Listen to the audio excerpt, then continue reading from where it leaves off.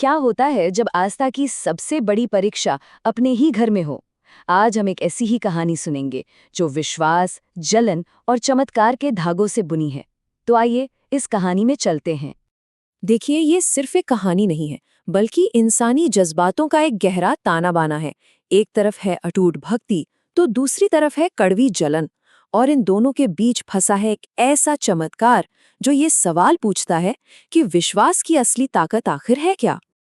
तो कहानी शुरू होती है दो किरदारों से। एक बहन जिसकी भक्ति में कोई कमी नहीं, और उसकी भाभी जिसकी दिल में जलन भरी है।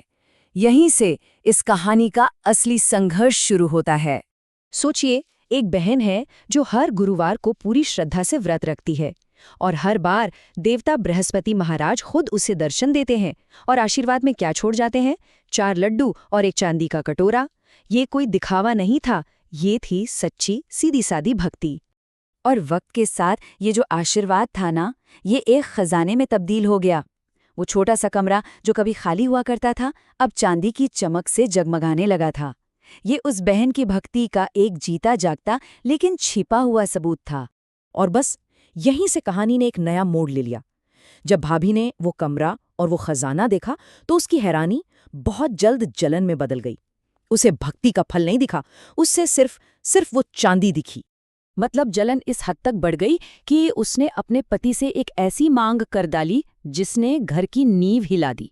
वो इस कदर अंधी हो चुकी थी कि अपनी ही ननद को घर से निकालने पर तुल गई। तो अब शुरू होती है बहन की असली परीक्षा, आस्था की सबसे कठिन परीक्षा। तो भाई अपनी पत्नी की बातों में आ गया और अपनी ही बहन से झूठ बोला। और यहीं से शुरू हुआ बहन का वो मुश्किल सफर, जो शुरू भी उसी के भाई ने किया। सोचिए, ऐसे मुश्किल वक्त में भी जब उसे धोखा दिया जा रहा है, उसकी पहली सोच क्या थी? उसकी भक्ति। कोई महल नहीं, कोई सुरक्षित ठिकाना नहीं, बस एक ऐसी जगह मांगी जहां वो अपनी पूजा कर सके। और भाई उसे वहीं छोड़ आया, अकेला।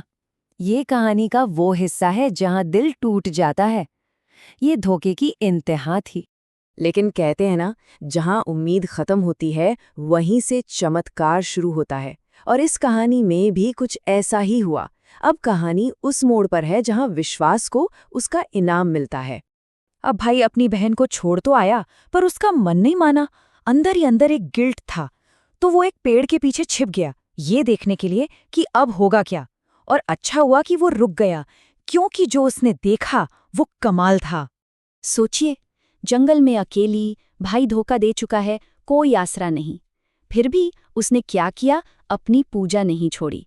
जैसे हर गुरुवार को करती थी, वैसे ही उस दिन भी की। ये था अटूट विश्वास। और तभी बृहस्पति महाराज खुद प्रकट हुए। उन्होंने सिर्फ बहन को आशीर्वाद नहीं दिया, बल्कि पेड़ के पीछे छिपे भाई को भी चेताया।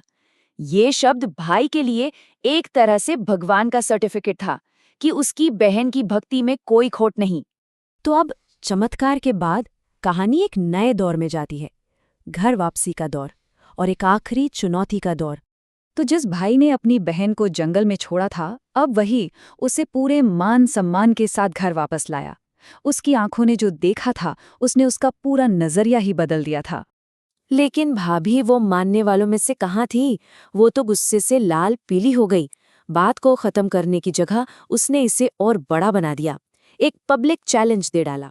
और ये कोई छोटी मोटी चुनौती नहीं थी।